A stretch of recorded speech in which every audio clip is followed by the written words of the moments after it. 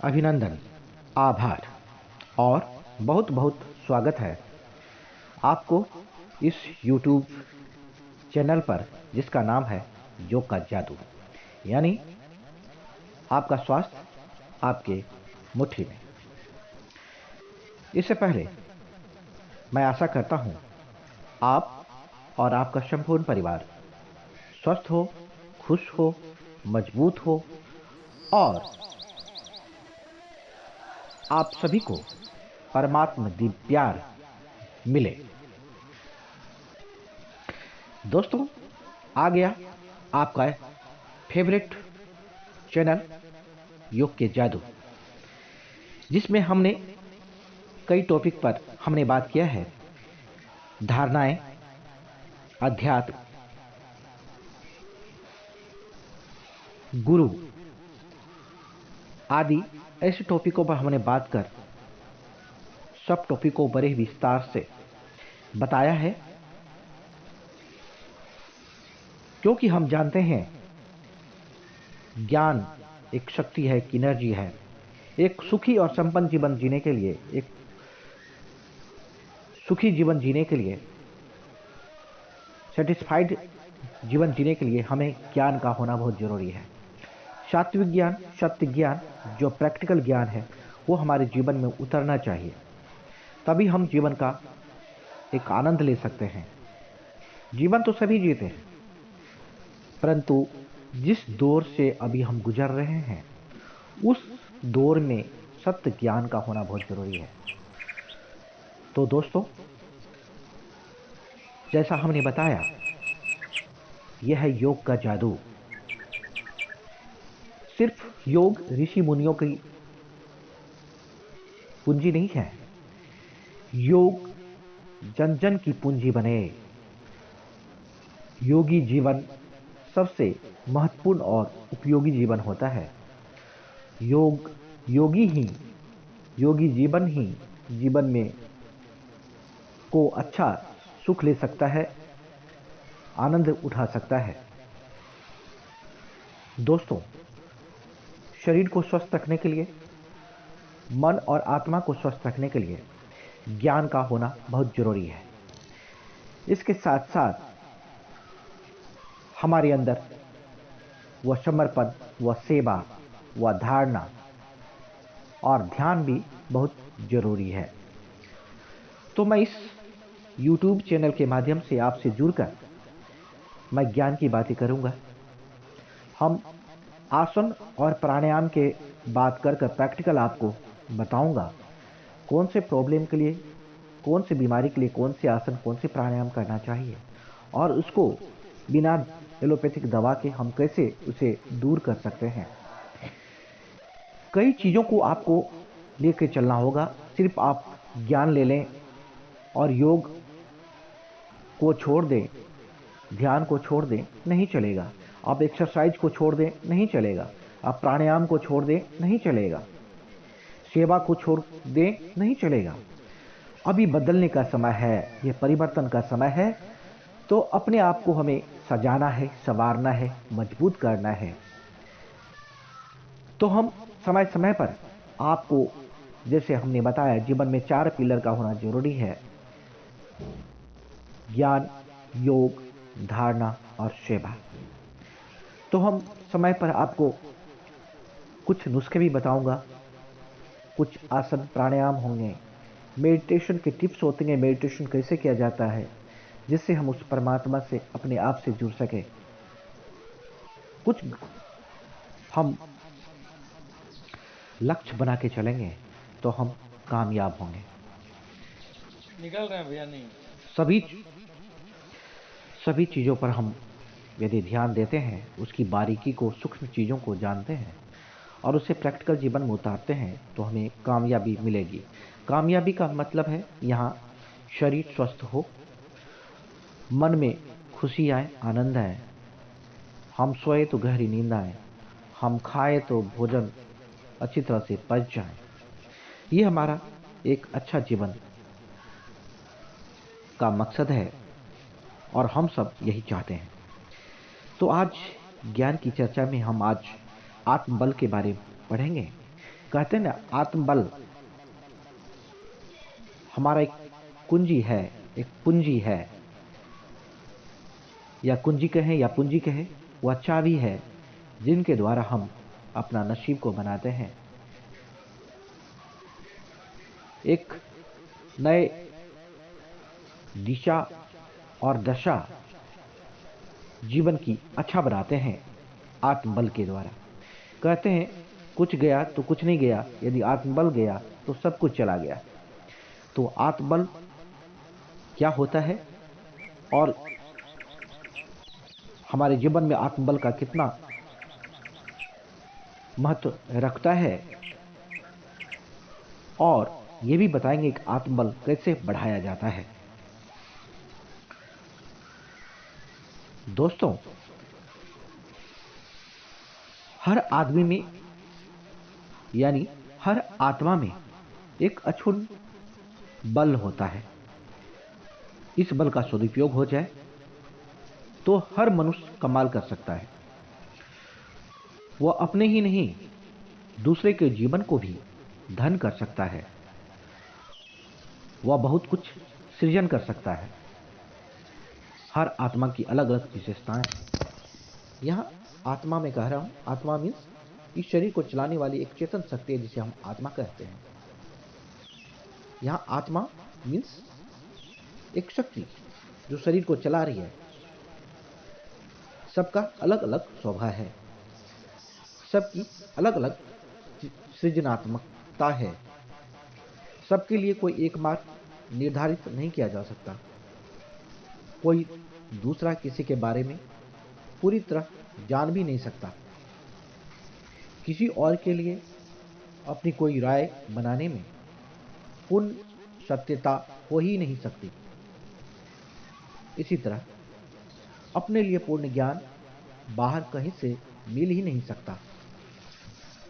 वह तो अपने भीतर ही खोजना होगा। एक गुरु 100 शिष्यों को लगातार 10 साल तक एक ही तरह की शिक्षा देता है, लेकिन शिक्षा लेने के पश्चात सब में कुछ न कुछ भेद अवश्य होगा। सबका कर्म करने का, सोचने का, सृजन करने का तरीका अलग अलग होगा। कोई भी दो हूबहू एक तरह के नहीं हो सकते। बाहर से कितना भी ज्ञान ले लो, लेकिन साथ में आत्मशक्ति का ज्ञान भी करना होगा। वहां दूसरों पर निर्भर नहीं रहना होगा। दूसरे वह मार्ग बता देंगे जो आपके अनुकूल नहीं है। आपकी शक्ति किसी और तरफ प्रवाह कर रही है और आप किसी और के कहने से दूसरी तरफ जाने का प्रयास करेंगे, तो क्या स्थिति होगी आप समझ सकते हैं। लेकिन हमें दूसरों पर भरोसा ज्यादा और अपने आप पर भरोसा कम है। बात यह नहीं है कि दूसरे जो बात कर रहे हैं वह गलत है। वह भी सत्य हो सकती है, परम सत्य हो सकती है, बड़ी मूल्यवान हो सकती है, आपके लिए बड़ी उपयोगी हो सकती है। लेकिन वह जितनी ही मूल्यवान बात हो, उसमें एक अधूरापन रहेगा ही। यह कहने का यह भाव भी नहीं है कि आप दुनिया में किसी को भी सुनना छोड़ दो। यह आपके ऊपर है कि आप किसे सुनना पसंद करते हैं। कौन आपको ज्यादा प्रभावित करता है। यह कहने के पीछे भाव यह है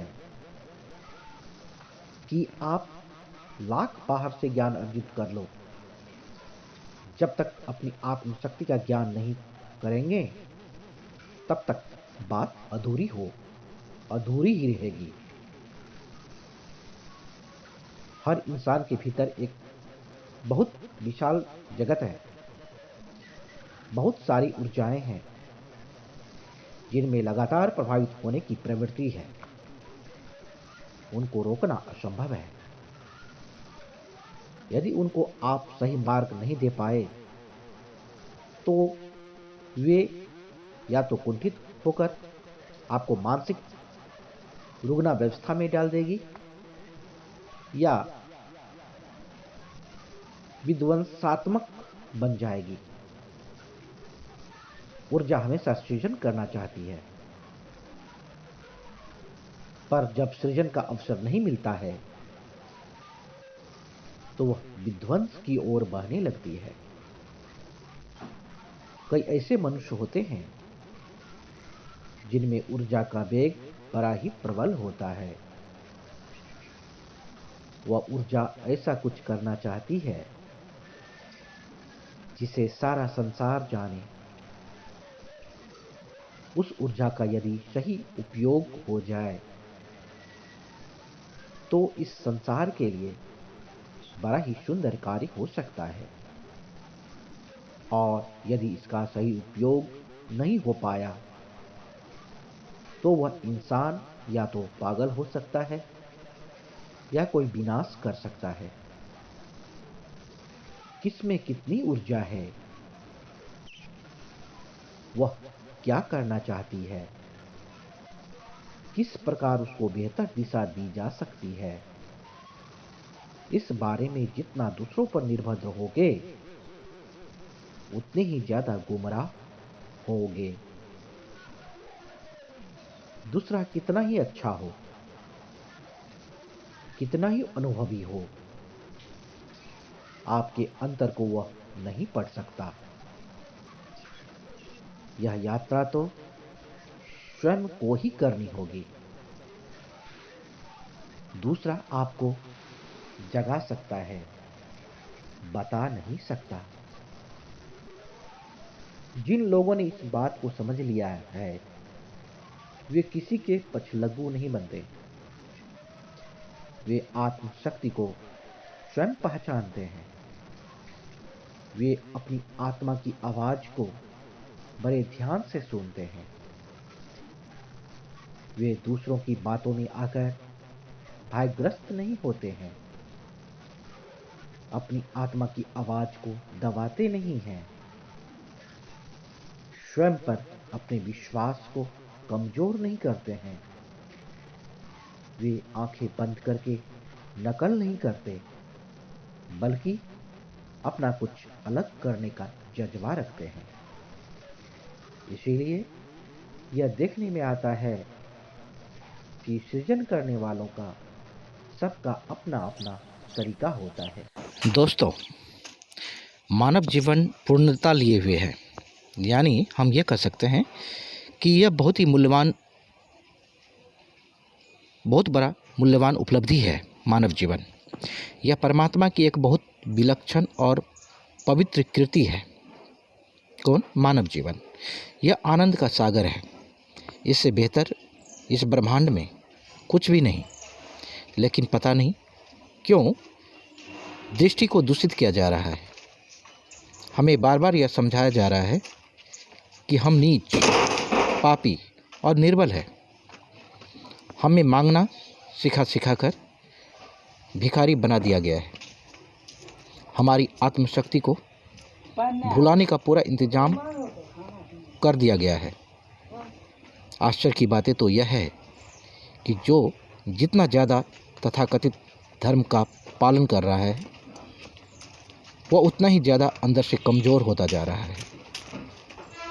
उसको पूरा दिग्भ्रमित कर दिया जाता है और डरा दिया जाता है कि जरा सा भी इस लाइन से बाहर जाओगे तो पाप के भागीदार बन जाओगे। और वह इंसान इस पाप के डर से अपनी सारी शक्तियों को भूलकर लकीर का फकीर बन जाता है। सबके सोचने, समझने और आत्मनिरीक्षण की क्षमता को शिथिल कर दिया गया है। क्या हम रोज रोज अपने आप को पतित कहकर परमात्मा द्वारा दिए गए इस अनमोल जीवन का अपमान नहीं कर रहे हैं? क्या हम अपने आप को पतित कहकर इस जीवन में कुछ श्रेष्ठ कर पाएंगे? क्या हम रोज रोज परमात्मा से कुछ मांगकर जो हमें मौलिक रूप से मिला है उसको भूलते नहीं जा रहे हैं। कुछ सवाल करो अपने आप से और ईमानदारी से उसके जवाब ढूंढे, सारी बात समझ में आ जाएगी। अपने आप को पतित समझना सबसे गिरी हुई बात है। जैसा हम अपने बारे में सोचेंगे वैसे ही हम बनते जाएंगे। हमारे भीतर यह बात बहुत गहरे में बैठ गई है कि हम कमज़ोर हैं, इसलिए हम सहारा खोजते रहते हैं। हम सोचते हैं कि किसी का सहारा मिल जाए तो शायद मैं अपने जीवन में कुछ कर सकूं। आपने अपने भीतर इस शक्ति को विस्मृत कर दिया है जो जगत का निर्माण कर सकती है। आपने अपनी ऊर्जा को संकुचित कर लिया है। सारा ध्यान इस बात पर केंद्रित कर दिया है कि कहीं से कुछ मिल जाए और मैं बस उसका सहारा लेकर चल पड़ूं। अपनी जिम्मेदारी के दायरे को बहुत कम कर लिया है। हम दूसरों की कहानियां बड़े गर्व से पढ़ते हैं, पर कहानी बनाने की नहीं सोचते हैं। हम बस इसी इंतज़ार में बैठे रहते हैं कि कोई महान आएगा तो हमारी ज़िंदगी संवर जाएगी। हम पूरी तरह अपने आप को दूसरों पर निर्भर बना चुके हैं। हम यह मान चुके हैं कि मैं जो कमज़ोर हूँ, मुझ में इतनी सामर्थ्य कहाँ कि मैं अपने आप कुछ निर्णय लेकर, कुछ जिम्मेदारी लेकर कोई कहानी बना सकूं। हम हमेशा दूसरों से आशीर्वाद मांगते रहते हैं कि बस आपका आशीर्वाद मिल जाए तो ही मैं कुछ कर पाऊंगा, इसके बिना तो मैं कुछ कर ही नहीं सकता। ये शब्द सुनने में बड़े अच्छे लगते हैं, पर ये इंसान को कमज़ोर बनाते हैं। ये उसकी दूसरों पर निर्भरता को बढ़ाते हैं। यह बात मन में बैठ जाती है तो इंसान हर असफलता में यही सोचता रहता है कि मुझे पूरा आशीर्वाद नहीं मिला, मुझे अभी और किसी का आशीर्वाद लेना है, तभी मैं सफल हो पाऊंगा। वो अपनी शक्ति को और जगाने की बात नहीं सोच पाता। आज से अपने सोचने के अंदाज को बदलें। जो भी जीवन में मिला है उसका बस धन्यवाद दें और यह सोचें कि बस अब तो मुझे इतना मिल गया है, अब आत्मशक्ति द्वारा सफल होकर ही रहूँगा। अब मैं दुनिया से रास्ता जानने वाला नहीं, रास्ता दिखाने वाला बनूँगा। मुझे परमात्मा ने इतना शक्तिशाली बनाया है, इन शक्तियों का उपयोग मैं पूरी ईमानदारी से करूँगा और आप देखेंगे कि अब आपकी पूरी दिशा ही बदल चुकी है। आपके विचारों में ऊर्जा आ गई है, नित नया सृजन दिखाई देने लगा है। जिसे आप सोच भी नहीं सकते थे उसे अब एक एक करके सच साबित करते जा रहे हैं। बस इसी अहंकार में मत पड़ना कि परमात्मा से कुछ मांगना मत, पर परमात्मा को धन्यवाद देते रहना। उसके द्वारा दी गई शक्तियों और धीरे धीरे पहचानने लग जाएंगे। महसूस होने लगेगा कि उसमें कितना आनंद है। बस इसी राह पर चलते रहना है आपको। जीवन से दूसरों पर निर्भरता घटती जाएगी और आत्मबल बढ़ता जाएगा। अपनी शक्ति को पहचानने में दो बहुत बड़ी बड़ी बाधाएं हैं। एक साहस की कमी और दूसरा डर। आदमी सोचता है जिस तरीके से मेरी पीढ़ियां चलती आ रही है, जिस तरीके पर पूरी दुनिया चल रही है, वह सही ही होगा। भले ही उसके परिणाम गलत आ रहे हैं, वे दिखाई दे रहे हैं, पर सबके अलग हटकर सोचने का साहस वह नहीं कर पाता। वह कभी कभी अलग राह के लिए सहमत भी हो जाता है, पर फिर भी हिम्मत नहीं कर पाता। एक मान्यता बन गई है कि जिस काम को भीड़ कर रही है वह सही ही होगा, लेकिन सच यह है कि जिसे भीड़ कर रही है वह सही ही हो यह जरूरी नहीं है। दूसरा है पाप पुण्य का डर।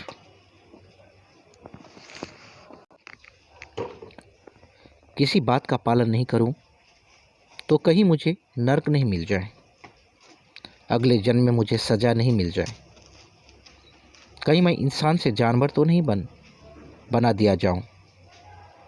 ऐसी ऐसी कहानियां बना बनाकर इंसान को इतना अधिक डरा दिया गया है कि अभी का नर्क उसे दिखाई नहीं देता, भविष्य का नर्क उसे दिखाई नहीं देने लगता है। यह बात किसी को समझ नहीं आती कि डर से बड़ा कोई नर्क नहीं है। सिर्फ इस वजह से किसी भी लकीर को पकड़ लेना कि यह करने से स्वर्ग मिलता है और यह करने से नर्क मिलता है। हम अपने साथ कितना बड़ा खिलवाड़ कर रहे हैं।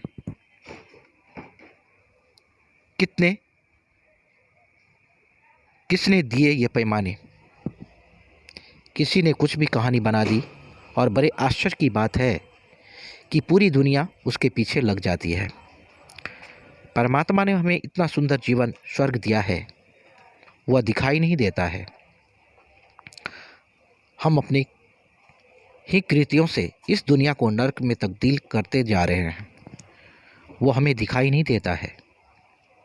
यह सिर्फ हम करते जा रहे हैं, एकमात्र डर की वजह से। हम इतने ज़्यादा डर चुके हैं कि कोई भी हमें आसानी से डरा देता है, कोई भी कहानी हमारे ऊपर थोप देता है और हम उसके बड़े भक्त हो जाते हैं। कोई थोड़ी अच्छी कहानी बना लेता है तो हमारे लिए वह भगवान हो जाता है। फिर किसकी हिम्मत जो उसकी बात नहीं माने तो नर्क का भागीदार बनता है। डर के भी दो प्रकार हैं, एक कुछ अनिष्ट होने का डर या कुछ खोने का डर, और दूसरा डर है कि कुछ मिलने का लालच। मैं यह करूँगा तो इतना फल मिलेगा, इस जन्म में इतना फल मिलेगा या अगले जन्म में इतना फल मिलेगा, नहीं करने पर यह सब छूट जाएगा। यह भी एक प्रकार का डर ही है। हमें कितना हिसाबी बना दिया गया है। धर्म में भी सौदेबाजी, इस हाथ दे और उस हाथ ले। यह कोई धर्म है? यह कोई आत्मा की आवाज़ है? यह तो निश्चित है कि डर की वजह से किए गए कार्य का अंजाम जो भी हो, पर डर अपने आप में बहुत बुरी बला है। यह किसी भी बुरे से बुरे नरक से कम नहीं है। यह अपनी आत्मा की हत्या है, यानी यह सबसे बड़ी आत्महत्या है। इसीलिए शायद कहावत बनी है, जो डर गया वो मर गया। शरीर को मार लेना तो सिर्फ शरीर की हत्या है, लेकिन डर के वशीभूत होना सबसे बड़ी आत्महत्या है। जीवन बड़ा ही अमूल्य है, जो मैंने पहले भी कई बार बोल चुका हूँ। यह टॉपिक जो चल रहा है आत्मबल का, इसमें भी जीवन के बारे में बताया गया है। जीवन को कैसे ले जाना है, कैसे जीना है, ये हम पर डिपेंड करता है। जीवन आप सुख से भी बिता सकते हैं, आनंद से भी बिता सकते हैं, या जीवन आप दुख से, पीड़ा से, कठिनाई से, तकलीफ़ों से बिता सकते हैं। ये हमारे हाथ में है। दोस्तों, जो आपके अंदर की पवित्रता, आपके अंदर की शांति, आपके अंदर प्रेम, आपके अंदर सद्गुण आते जाएंगे, वैसे वैसे आप में दिव्यता आती जाएगी और आप धीरे धीरे हल्के होते जाएंगे, रोग मुक्त होते जाएंगे, शरीर स्वस्थ होता जाएगा, मन हल्का होता जाएगा। दोस्तों, एक तो हमारा शरीर 5 प्रकृति का बना है और दूसरा इस शरीर को चलाने वाली चेतन सत्ता आत्मा, जो पूरे शरीर को कंट्रोल करती है। आंखों के द्वारा देखती है, कानों के द्वारा सुनती है, मन के द्वारा विचार करती है और मुंह के द्वारा बोला जाता है। ये सब शक्ति उस आत्मा के द्वारा ही संचालित होता है। तो आत्मिक रूप से यानी आध्यात्मिक रूप से स्वस्थ होना भी बहुत जरूरी है। तो हमारा स्वास्थ्य, शारीरिक स्वास्थ्य, मानसिक स्वास्थ्य, सामाजिक स्वास्थ्य और आध्यात्मिक स्वास्थ्य, जब आप चारों स्वास्थ्य से परिपूर्ण होंगे, उसमें सबल होंगे, मजबूत होंगे चारों आयामों में, तब आप धीरे धीरे मजबूत, सुख और आपके जीवन में शांति आती जाएगी। दोस्तों, मैं जो टॉपिक लिया हूँ, जो चल रहा है, वह आत्मबल। मैंने आत्मबल के बारे में 2 सेक्शन में, 2 भागों में मैं बता चुका हूँ कि आत्मबल यदि हमारे पास नहीं है तो हमारे पास कुछ नहीं है। आत्मबल से बड़ा कोई धन नहीं है। यदि आपके पास सबल और मजबूत आत्मबल है, सकारात्मक आत्मबल है, तो आप दुनिया को भी जीत सकते हैं। मानव, पूरे जाति, पूरी चेतना का आप कल्याण कर सकते हैं।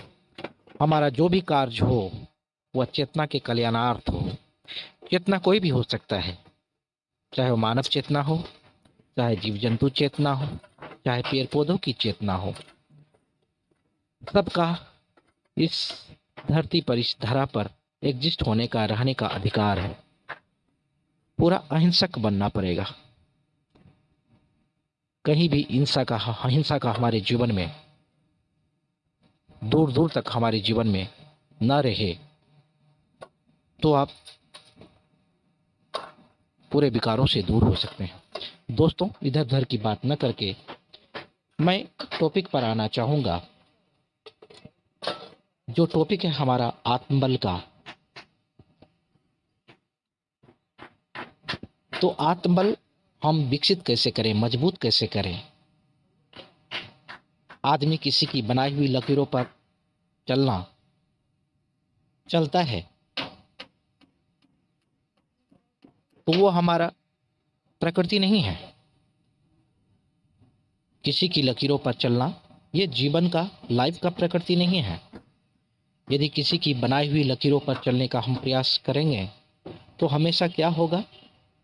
भ्रांति रहेंगी। जीवन नीच की यात्रा है। अपनी आत्मा की आवाज को पहचानना सीखें और अपने मार्ग की स्वयं खोज करें। डरा हुआ इंसान हमेशा दुविधा में रहता है। जब उसे सत्य का पता लगता है तो वह कुछ अपनी आत्मशक्ति से निर्णय लेने के लिए सोचता है। जैसे ही वह सोचना शुरू करता है, डर उसमें व्यवधान पैदा करता है। अपनी ओर से कुछ करने की हिम्मत तो पस्त कर देता है। वह कुछ निर्णय ही नहीं कर पाता और बड़ी दुविधा में पड़ा रहता है। दुविधा जीवन के लिए सबसे बड़ा अभिशाप है। दुविधा में रहने वाले या रहने वालों जैसी बुरी दशा आप किसी की ना पाएंगे। ऐसी दशा हो जाती है उनकी। जिस प्रकार जो पत्थर बिल्कुल दागरहित होता है वही हीरा कहलाता है। जरा सा भी दाग जो कि नंगी आंखों से दिखता भी न हो तो भी हीरे की कीमत को कम कर देता है। इसी प्रकार डर का जरा सा भी अंश आत्मशक्ति को कमजोर कर देता है। बहुत पुरुषार्थ के बाद, बहुत जीवन गुजारने के बाद हम निर्णय लेने लायक बन पाते हैं, लेकिन छोटा सा भी डर उस शक्ति को शून्य कर देता है। इसीलिए जीवन में कुछ पाना है तो अपनी आत्मा को सच्चा हीरा बनाना पड़ेगा। डर का हल्का सा भी अंश उनमें न आ पाए तब आप देख पाएंगे कि आपके भीतर की कितनी बड़ी शक्ति का भंडार भरा पड़ा है। डर में यह हिसाब मत लगाना कि किससे डरना चाहिए और किससे नहीं डरना चाहिए। सीधी सी बात है कि डर की वजह कोई भी हो, डर की वजह से किया गया हर कार्य गलत है, चाहे वह नर का डर हो, पाप का डर हो, गुरु का डर हो या अपमान का डर हो। इस डर से कुछ करना कि नहीं करूँगा तो पाप लग जाएगा, यह सोच ही गलत है। वही काम आपकी आत्मा की आवाज़ से, भीतरी इच्छा से हो तो वह पुण्य है। किसी को किस लिए नमस्कार करना कि नहीं करूँगा तो नाराज हो जाएगा, क्या इसमें कोई आनंद है? जब कोई सामने आए और भीतर के भाव नमस्कार करने के लिए उमड़ पड़े, आनंद तो उसमें है ना? जवाब दीजिए ना, इसी में आनंद है। एक बार डर के पिंजरे से बाहर तो आकर देखें, फिर अपने कृत्यों का ईमानदारी से निरीक्षण करें, फिर अपने विचारों का निरीक्षण करें, तुरंत सही और गलत का भान हो जाएगा। आत्मशक्ति पूर्ण जागृत हो जाएगी। बस हमारी खोज होनी चाहिए। यदि हमारी खोज ही नहीं है तो स्वतः कुछ भी नहीं हो सकता। यदि विश्वास नहीं होता तो यह देख ले कि आज तक जिन लोगों को हम अपने जीवन में महापुरुषों के रूप में जानते हैं, क्या उनमें से ऐसा कोई है जिसने डर के वशीभूत होकर या किसी लकीर का फकीर होकर अपना जीवन जिया है? हम उन्हें महापुरुष सिर्फ इसलिए मानते हैं क्योंकि उन्होंने निडर होकर अपने आत्मबल को प्रबल रूप में प्रकट होने दिया। उन्होंने अपने आप को बंधन में नहीं बांधा, उन्होंने अपना अलग रास्ता बनाया। जब ये लोग अलग रास्ता बनाकर महान बन सकते हैं तो हम भी क्यों किसी बंधन में बंधकर अपना जीवन गुजारें? हमारा अलग रास्ता क्या हो सकता है? अब यह विषय बिल्कुल निजी है। यहाँ दूसरे की सलाह बिल्कुल गलत सिद्ध होगी। आत्मशक्ति को खुद को पहचानना है। दोस्तों, आत्मबल को समझना, जब आप प्रैक्टिकल जीवन में हर एक चीज को एक वैल्यू के साथ करेंगे, सत्य के मार्ग पर चलेंगे, अपने जीवन में ईमानदारी, सच्चाई, सफाई और कोई भी कार्य बड़े लगन से उस परमात्मा की कृपा से करेंगे, उसको माध्यम बना के करेंगे, उनकी शक्ति का संचार आपके अंदर हो रहा है, करवाने वाला वो करवा रहा है, तब आप धीरे धीरे निडर होते जाएंगे और आप में विश्वास होते जाएगा। इसके लिए आपका भी शरीर भी स्वस्थ हो, आपके लाइफ स्टाइल सुंदर होना चाहिए, आपके जीवन में योग, त्याग, तपस्या, शारीरिक स्वास्थ्य, मानसिक स्वास्थ्य, आध्यात्मिक स्वास्थ्य का होना आत्मबल के लिए बहुत जरूरी है। समय लगता है, अपने आप को ज्ञान से पूर्ण कीजिए, सत्य ज्ञान से अपने जीवन को चमकाएं। वह जीवन अपने लिए, आपके परिवार के लिए और पूरे समाज के लिए अच्छा हो, तो आपके अंदर खुशी बढ़ेगी, आनंद बढ़ेगा और इसके साथ साथ आपके अंदर आत्मविश्वास बढ़ेगा। तो दोस्तों, ज़्यादा न कहते हुए लास्ट में